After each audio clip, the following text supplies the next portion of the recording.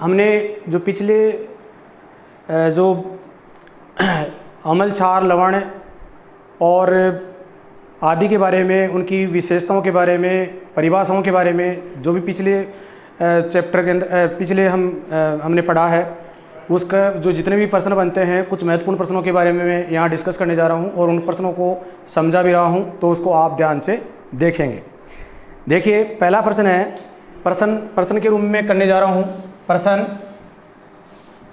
प्रश्न है, सिरके में कौन सा अम्ल पाया जाता है? सिरके में कौन सा अम्ल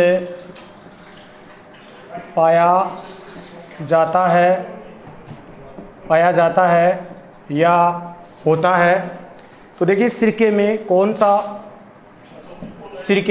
सा अम्ल पाया जाता है? तो सिरके के अंदर हमने देखा था, पहले पिछली जो हमने समझाया था उसके अंदर देखा था कि एसिटिक अम्ल पाया जाता है, CH3COOH। इसके बाद में प्रश्न नंबर अगला, इसके लिए हम देखते हैं, संतरे में कौन सा अम्ल पाया जाता है? संतरे में कौन सा अम्ल होता है या पाया जाता है? तो संतरे में कौन सा अम्ल होता है? तो हमने देखा था एस्कोर्बिक अम्ल पाया जाता है। इसी प्रकार से प्रश्न अगला है, अम्लों से, प्रश्न है अगला, अम्लों की क्रिया धातुओं से कराने पर कौन सी गैस मुक्त होती है? तो हमने उसमें देखा था कि अम्लों की क्रिया धातुओं से कराने पर कौन सी गैस मुक्त होती है? तो उसमें हाइड्रोजन गैस मुक्त होती है।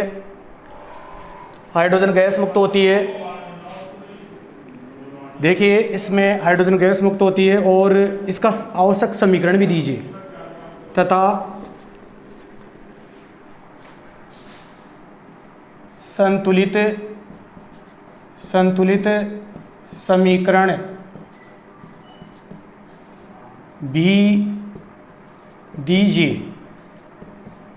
भी दीजिए।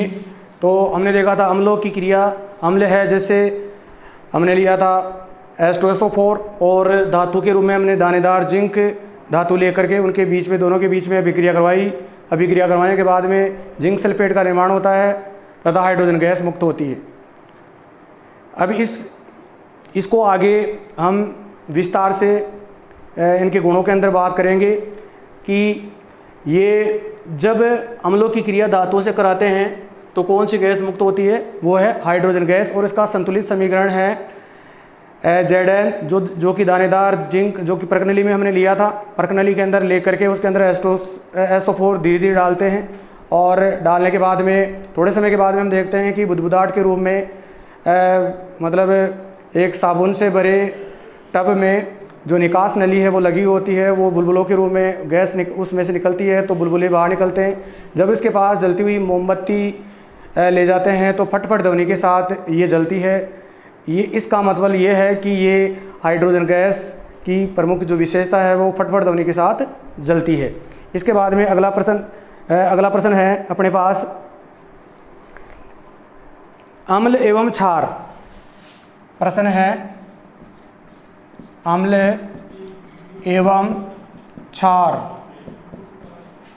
की क्रिया द्वारा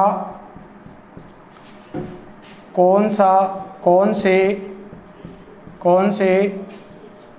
उत्पाद बनते हैं? कौन से उत्पाद बनते हैं? अम्ल और क्षार की क्रिया द्वारा कौन से उत्पाद बनते हैं? तो लवण व जल बनते हैं, जो कि अम्ल प्लस क्षार रिएक्शन लवण और जल बनते हैं।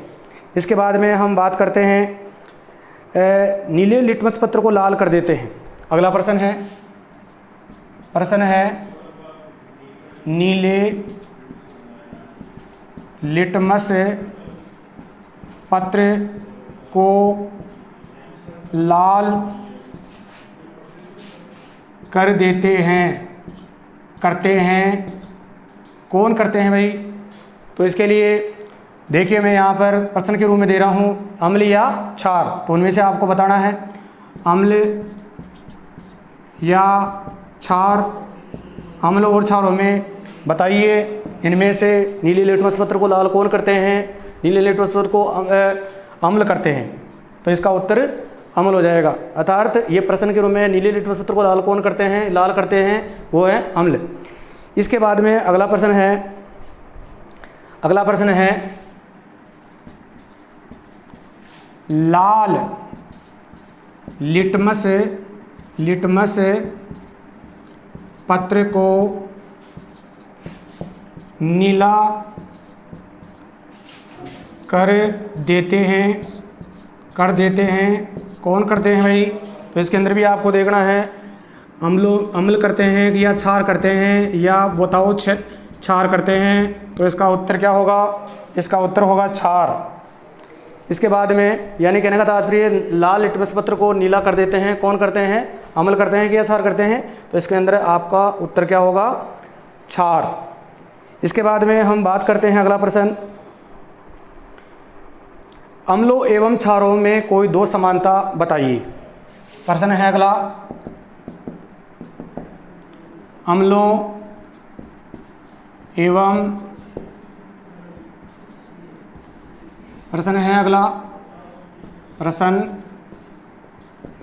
अम्लों एवं क्षारों में या गुणों में कोई दो समानता बताइए। क्षारों में कोई दो समानता बताइए। देखिए इसके अंदर अम्लों एवं क्षारों में कोई दो समानता बताइए। तो इसके अंदर हमने देखा था अम्ल है वो जलीय विलयन में H+ आयन प्रदान करते हैं,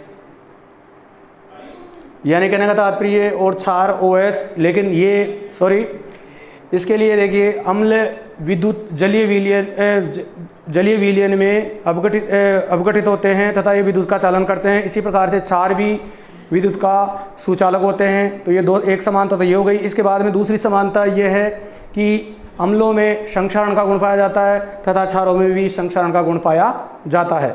इसके बाद में हम बात करते हैं अम्लों एवं क्षारों में कोई चार अंतर बताइए। प्रश्न है अगला, अम्लों एवं क्षारों में कोई चार अंतर बताइए। तो इसका हमने पहले जो पढ़ाया था उसके अंदर हमने आपको बता दिया था, 6 या 7 हमने इनके अंदर अंतर बताए थे। उन अंतरों के अंदर आपको ये प्रश्न वहाँ पर इसको देखना है आपको। तो अम्लों एवं क्षारों में 4 अंतर आपको करना है, ये प्रश्न इम्पोर्टेंट है। इसके बाद में अम्ल एक तरफ लिखेंगे, क्षार एक तरफ लिखेंगे, फिर बाद में एक सारणी बनाएंगे। सारणी बना करके इसको अम्ल एक तरफ लिखेंगे और क्षार एक तरफ लिखेंगे, फिर बाद में सारणी बना करके इसका उत्तर ठीक प्रकार से लिखेंगे और लिखने का प्रयास करेंगे ताकि कोई यानी सुंदरता होनी चाहिए लिखावट के अंदर। इसके बाद में आगे हम बात करते हैं निम्न में से अम्ल और क्षार छांटिए। निम्न में से अम्ल एवं क्षार छांटिए। निम्न में से अम्ल एवं क्षार छांटिए। तो इसके अंदर हम देखते हैं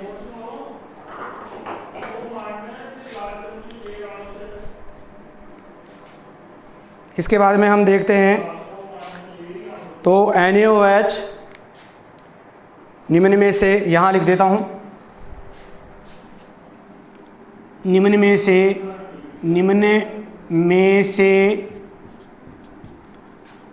अम्ल एवं क्षार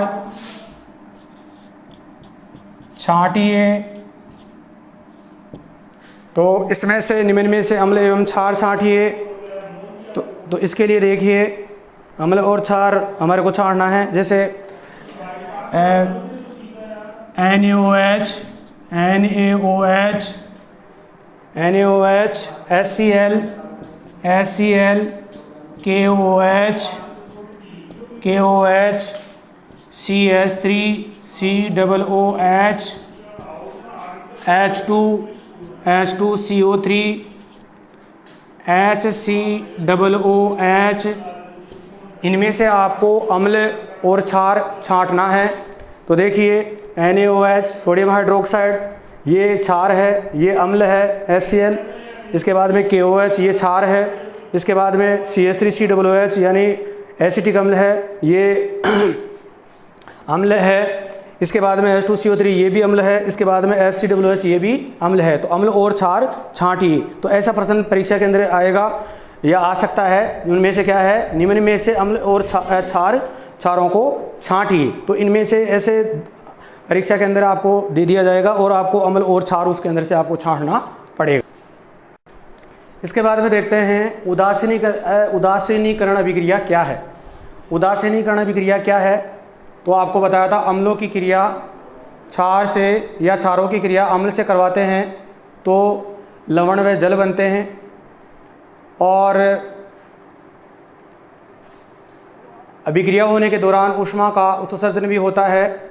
जैसे परबल अम्ल है, जैसे परबल अम्ल HCl और परबल क्षार NaOH दोनों की साथ रिएक्शन होती है। रिएक्शन होने के बाद में NaCl + H2 बनता है, जो कि एक उदासीन विलयन का निर्माण करते हैं। उदासीन विलयन की pH का मान 7 होता है तथा ये अभिक्रिया होने के दौरान जिस पात्र में की जाती है वह पात्र तथा अम्ल और क्षार जो उदासीन विलयन बना है वो गर्म हो जाता है। इस प्रकार से हम कह सकते हैं कि उदासीनीकरण अभिक्रिया है वो एक ऊष्माक्षेपीय अभिक्रिया भी होती है।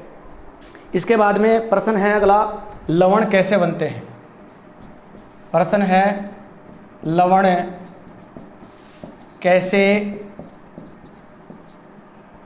कैसे बनते हैं। तो मैंने आपको बताया था जो अम्लों की क्रिया क्षारों से या क्षारों की क्रिया अम्लों से की जाती है तो लवण का निर्माण होता है। जैसे अम्ल और क्षार दोनों की क्रिया करवा दो, क्रिया करवाने के बाद में लवण का निर्माण होता है। लवण मैंने आपको पहले ही बताया था 3 प्रकार के होते हैं, मतलब 3 प्रकार के बताए अपने पाठ्य पुस्तक में 3 प्रकार के दे रखे हैं। तो उनके अंदर जैसे उदासीन लवण और अम्लीय लवण, इसके बाद में हमने एक लवण का जिसको क्षारीय लवण कहते हैं, उनका निर्माण है वो अलग अलग अम्ल और क्षार उनकी सामर्थ्य के अनुसार उस मतलब लवणों का निर्माण किया जाता है। इसके बाद में हम बात करते हैं परबल अम्ल क्या है। अगला प्रश्न है परबल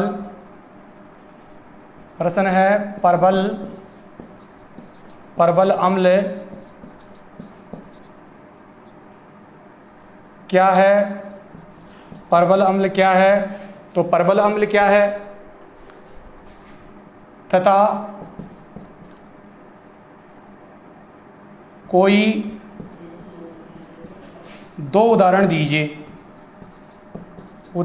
दीजिए।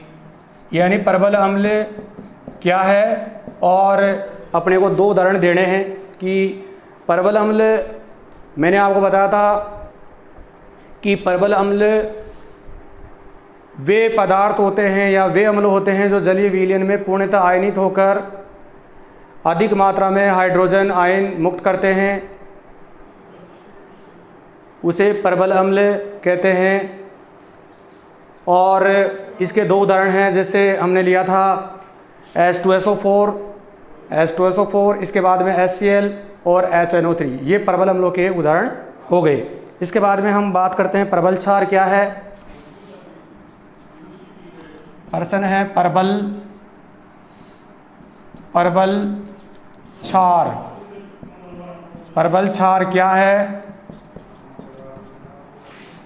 तथा इनके कोई दो उदाहरण दीजिए।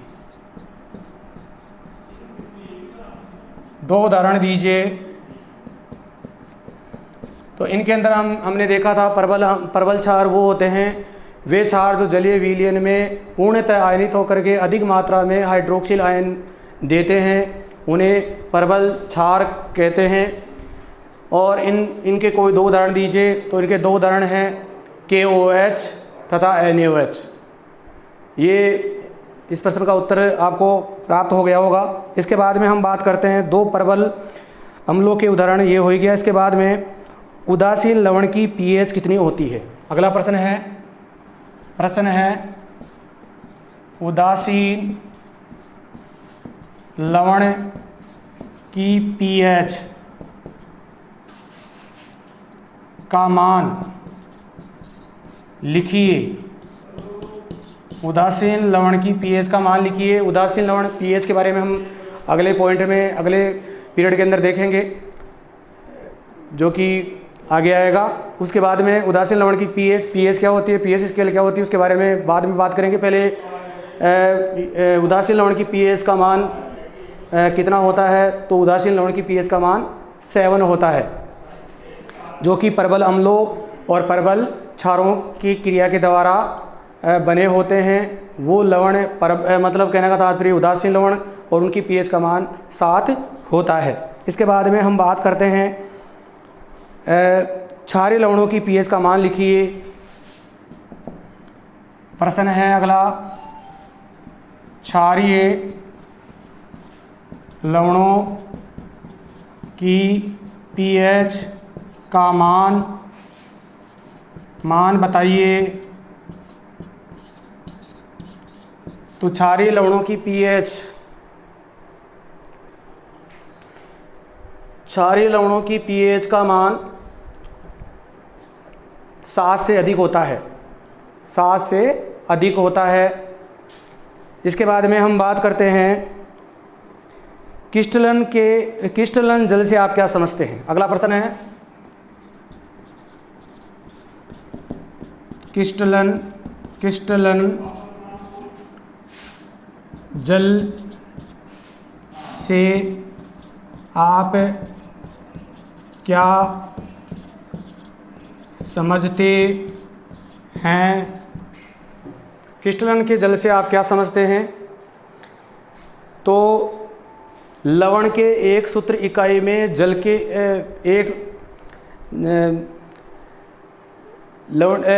जो लवण होता है, उस लवण के एक सूत्र इकाई में जल के निश्चित जो अणुओं की संख्या जो जुड़ी होती है, उसे क्रिस्टलन का जल कहते हैं। ये भी आपको बताया था उस टाइम। और इसके अंदर हम देखते हैं तो इसकी परिभाषा पूछी जा सकती है। इसके बाद में जैसे और उदाहरण हम इसके बारे में, जैसे अगला प्रश्न हम बात करते हैं कि निम्न, अगला प्रश्न है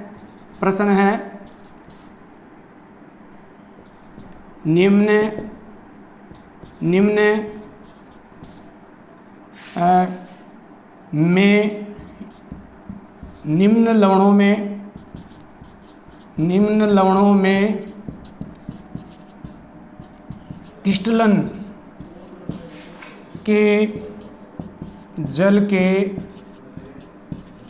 अणुओं की संख्या बताइए। तो इसके अंदर हम बात करते हैं जैसे निम्न के इसके अंदर हम बात करते हैं जैसे फिटकरी में आपको बताना है।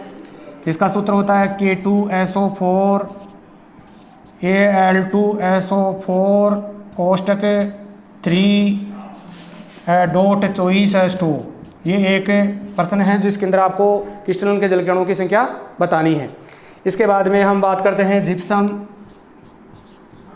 जिप्सम जिसका सूत्र होता है CaSO4.2H2O। इसमें आपको क्रिस्टलन के जल के अणुओं की संख्या बतानी है। तो इसमें देखिए क्रिस्टलन के जल के अणुओं की संख्या 24 है और इसके अंदर 2 हैं। इस प्रकार से इस प्रश्न का उत्तर भी आपको समझ में आ गया होगा। इसके बाद में हम बात करते हैं, अगला प्रश्न है कि धावन सोडा।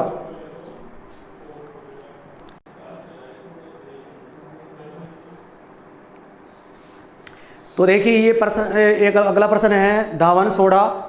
धावन सोडे का सूत्र Na2CO3 10H2O में, यानी सूत्र इसका Na2CO3 10.10H2O, यानी जल के अणु 10 जल के अणु समाहित है इसमें। तो क्रिस्टलन के जल के अणुओं की संख्या बताइए। तो एक प्रकार का लवण है, लवण के अंदर ये 10 जल के अणु समाहित है। तो इसके बाद में हम बात करते हैं, अगला प्रश्न प्लास्टर ऑफ पेरिस यानी POP। देखिए POP होता क्या है, ये कैल्शियम सल्फेट का अर्ध हाइड्रेट होता है।